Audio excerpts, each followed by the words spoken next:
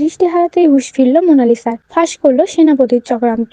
Compass ধারাবাহিকে দেখা যায় পার্টিতে বিহান যখন মোনার সামনে দিয়ে কম্পাসের হাত ধরে নাচতে থাকে এবং কম্পাস আর বিহান দুজনেই বেশ রোমান্টিক হয়ে যায়, সেটা দেখে মোনালিসার গায়ে জ্বালা পোড়া ধরে যায়। মোনালিসা একেবারেই সহ্য করতে পারে না এবং অত্যাধিক ড্রিঙ্ক করার কারণে সেনাপতি বুঝতে যায় এই সুযোগে মোনালিসাকে একটু উস্কে দিতে হবে, আর মোনাকে হাতিয়ার করেই আমরা ওই কম্পাসকে ফাঁসাতে পারবো। তাই মুক্তিকে দিয়ে সেনাপতি মোনালিসাকে ফোন করায় এবং মুক্তি মোনালিসাকে বলে যে তোমাকে ওখানে একটা চাল দিতে হবে। হতেই পারে এখানে তোমার একটু ক্ষতি হবে, কিন্তু এটা সাময়িক ক্ষতি, চিন্তা করার কোনো কারণ নেই। তবে তোমার এই ক্ষতির জন্য সারা জীবনের মতো তুমি বিহানকে পেয়ে যাবে, আর তারপর ওই কম্পাস তোমার 5-4 মাস খাটবে। তুমি চাও তো কম্পাসের এরকম জীবন দেখতে আর বিহানকে পেতে? মুক্তির কথায় রাজি হয়ে যায় মোনালিসা এবং ভাবতে থাকে, হ্যাঁ আমি চাই, আমি শুধু বিহানকে চাই, ওই কম্পাসের আমি শেষ করতে চাই, ওকে আমি আর বিহানের পাশে দেখতে চাই না। তাই মুক্তির কথা মতো যা কিছু করতে রাজি হয়ে যায় মোনালিসা এবং সেনাপতি মোনালিসাকে বলে কম্পাসকে দিয়ে একটা লিটমাস টেস্ট করাতে হবে, আর তারপর ওর ভিতরে আমরা এমন একটা অ্যাসিড মিশিয়ে দেব যা একটা ভয়ঙ্কর রিয়েকশন হবে, আর তার জন্য কম্পাস নিজেই ফেসে যাবে।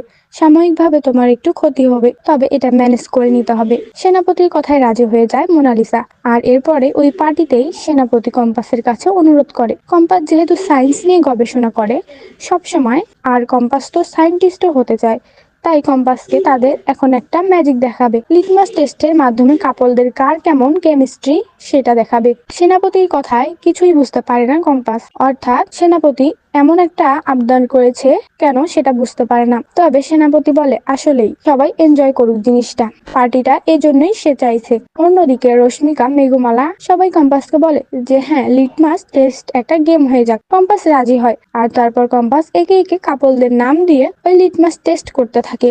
এরপরেই মোনালিসার পালা আসে। মোনালিসা আগ বাড়িয়ে কম্পাসকে বলে যে কাপল টেস্টও হলো, এবার না হয় সিঙ্গেল টেস্ট হয়ে যাক, আমার নামটা দিয়ে টেস্ট করো না কম্পাস। মোনালিসাকে বলে গ্লাসের মধ্যে পেপার ফেলার কথা, তবে ওই গ্লাসে লেবুর জলের জায়গায় হাইড্রোক্লোরিক অ্যাসিড রাখে। যখনই ওই লিটমাস পেপারটা গ্লাসের মধ্যে রাখে মোনালিসা তখনই ওই ব্লাস্ট করে, মোনালিসার চোখে মুখে লেগে যায়।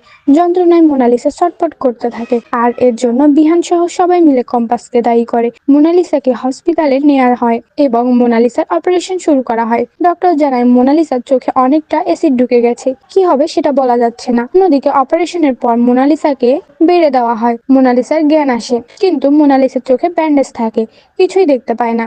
মোনালিসা ভাবতে থাকে কম্পাসকে ফাঁসাতে গিয়ে আমার যেই অবস্থা হলো এই সবকিছুর জন্য ওই সেনাপতি দায়ী, ওই সেনাপতিকে আমি ছাড়বো না। বিহান সহ সবাই ওই কেবিনে ঢুকে ওনার কি অবস্থা দেখার জন্য, তবে কম্পাসকে ওই মাহি অরিন এটা ঢুকতে চায় না, চিৎকার করে বলতে থাকে বেরিয়ে যাও কম্পাস এখান থেকে, তুমি এখানে আসবে না, তোমার জন্যই আজ মোনার এই অবস্থা। ঠিক তখনই মোনালিসার মুখ খোলে এবং মোনালিসা মাহি অরিনকে বলে দাঁড়াও মাহি অরিন, কম্পাস আসুক, কম্পাসের কোনো দোষ নেই, যা করার করেছে। তাই সেনাপতির আসল কালপেট শুনে চমকে যায় ওখানকার সবাই। তো বন্ধুরা তোমরা এটাই চাও তো এভাবেই যেন দৃষ্টি হারিয়ে মোনালিসার হুঁশ ফেরে এবং মোনালিসা নিজেই যেন সব সত্যি ফাঁস করে? কমেন্টে জানাতে ভুলো না।